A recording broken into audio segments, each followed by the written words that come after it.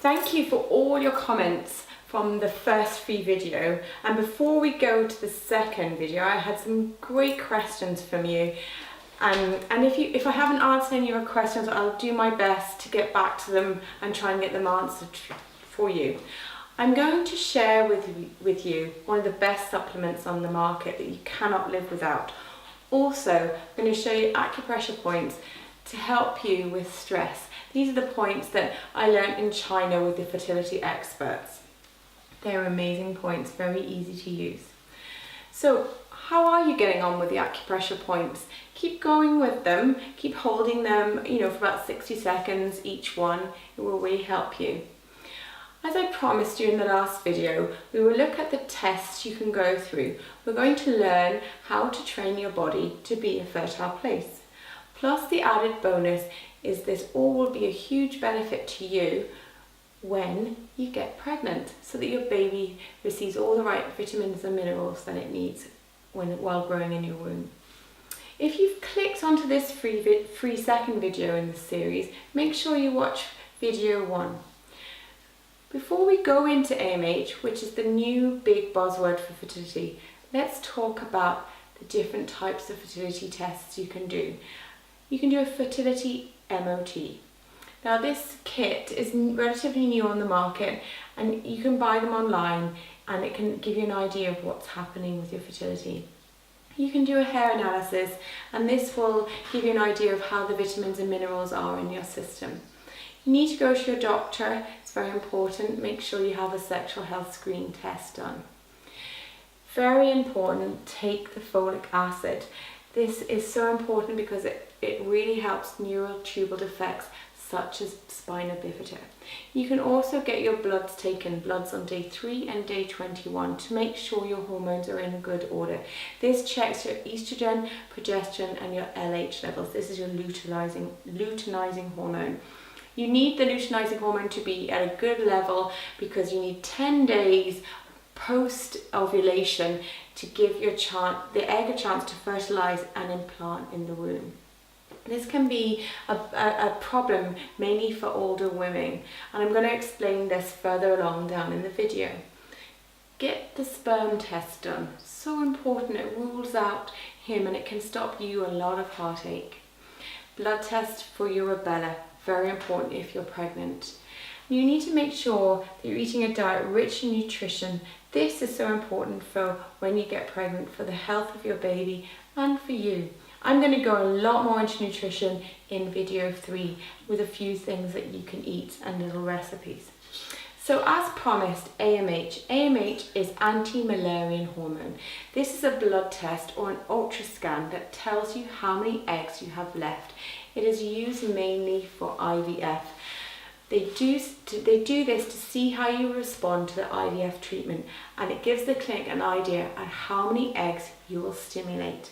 When you do this test, you've got to be prepared for the result, because every test you do has a result, and sometimes it can be a negative result. There's not a lot of research into this test and how it affects your natural fertility. But the thing I want you to really remember is this test is about the quantity of your eggs, not the quality. It is important to remember this because you still have eggs left. We just need to work on making them as healthy as possible. And as you get older, your eggs go into decline because you're born with your supply of eggs, and as you age, they go down and are less. So what the AMH test does not tell you is that it doesn't tell you if you're ovulating every month, if there is something physically wrong like blocked fallopian tubes. If it is a negative test, if the AMH level is very low, it can feel like the rug has been pulled completely from under your feet. It has a devastating effect on women, completely awful. I'm going to talk to you about a patient of mine who had this test done. She's trying to get pregnant for the first time, and her friend was trying for the second time.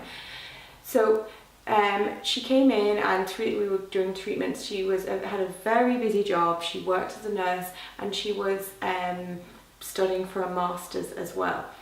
And she's also doing sales to do with nursing. She was recently married with her partner a long time, but they recently got married, so they were in the full flush of lovely honeymoon stage of the relationship, had a good life, both had good jobs, everything, but this wanted baby hadn't come yet. So she actually came to me. We were helping with the energy, we were working on her kidney and liver to try and help get that as healthy as possible. She was also attending a clinic, a fertility clinic. Now she did this AMH test at the clinic, and when she came to see me, I cannot tell you how devastated she was. She was beyond consolable. But as we sat there in the clinic and we did a treatment to try and help, just bring her, help her emotions, help her gather her thoughts, she went away feeling much happier, because we discussed the fact that her result only told us how many eggs she had left. It didn't tell us about the quality of the eggs. And I'm going to share this with you. She got pregnant within the month herself, naturally, just before she was going to start an IVF cycle. Now, acupuncture helped her, and she did some lifestyle changes which helped as well. She took the Instadol, and she took royal jelly, she took vitamin D. All these things helped her. She also took natural yogurt with linseed, sunflower seed in it, a tablespoon of each, and this, she believed, really, really helped her. So if you have this low test, doesn't matter. What matters is the quality of your eggs. And this is why this training is here, to help improve the quality of your eggs. So if you have a low reserve, we need to look after those eggs that are left. So what can you do? So your eggs require different nutrition for different parts of the egg. So I'm going to go through this with you now. So you use your acupressure points, which I'm going to show you here, which will help the blood flow. These again are used by the fertility experts. They're on your abdomen. Acupuncture increases blood supply to your ovaries and reproductive system, helping develop healthy eggs and good uterine lining. This is vitally important. Your nutrition and diet, your diet rich in antioxidants, lots of vegetables, lots of fruit. In video 3 I'll go through this a lot. I'll cover a lot of the top foods, and again I go a lot more into this on the Creative Pump course. We will go through all the foods that you need to eat to maximize the health of your eggs. You need to manage your blood sugar levels. Now, the outer layer of the egg, which is the membrane, requires essential fatty acids, omega-3 and DHA. Now, the powerhouse of the egg, the mitochondria, needs energy for when the egg divides, after fertilization. Coenzyme Q10, B vitamins and zinc are also needed for cell division after fertilization. And vitamin D is key. So many of us are deficient in vitamin D. Get your doctor to check that out if you're worried. And this has been linked to hormonal imbalances. Omega-3 and essential fatty acids may influence egg maturation. So make sure you have enough in your diet. Iodine is abundant in the thyroid. Again, you can get this through food or you're eating. Ovaries and breasts can be found, essential fatty acids, zinc and beta carotene. Free radicals, I will explain this a little bit further on, attack your cells and age them. So we need to protect our eggs and sperm from these free radicals. Our whole body is made of cells, including egg and sperm. We need free radicals at a low level. They are produced by our metabolism, they're a byproduct. But what creates free radicals are things like smoking, poor diet, drinking too much alcohol. All of this overloads our system with free radicals. If you make dietary changes, you eat a diet rich in vegetables, fruit, fish, meat, full of antioxidants, things that are really good at bright coloured foods, peppers, apples, oranges, broccoli, plums. And in just 3 months, by changing these small changes, it can change your reproductive environment. And you can supplement your foods with things like vitamin C, selenium, and a good fertility multivitamin. So here are the points to boost your ovaries.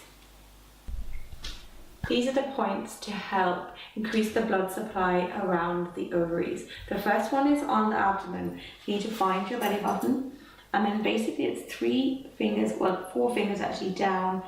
First finger in the belly button, the 4 fingers down. And this point here is guanyin. Don't panic if you feel you can't find the point, because there's all of this meridian down here is really good to help fertility. So if you're slightly off, it doesn't matter. The other 2 that we're going to find are located on your leg. So the first one, I'm going to kneel down here, is on the inside of your leg, and it's find the top of your ankle bone. It's 4 fingers up from your ankle bone, little finger on the top of the ankle bone, 4 fingers up. Run your finger behind this shin bone here, and that is the point San Yin Jiao. The next point is on the top of your knee.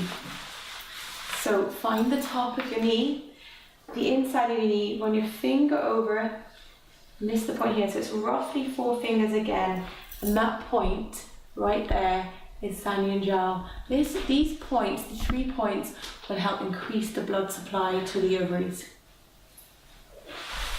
Another things that can affect your eggs and sperm are things like smoking, recreational drugs, alcohol, poor diet choices, sometimes if you're overweight or underweight, illnesses, and age.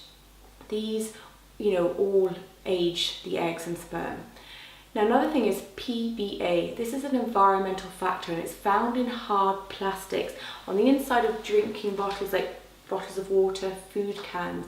Studies show that PBA can affect the health of egg by decreasing the eggs that mature.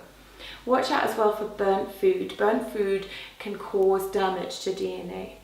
So here's my big secret. This is a food that can help you, and it has helped my client that I talked about with the low AMH.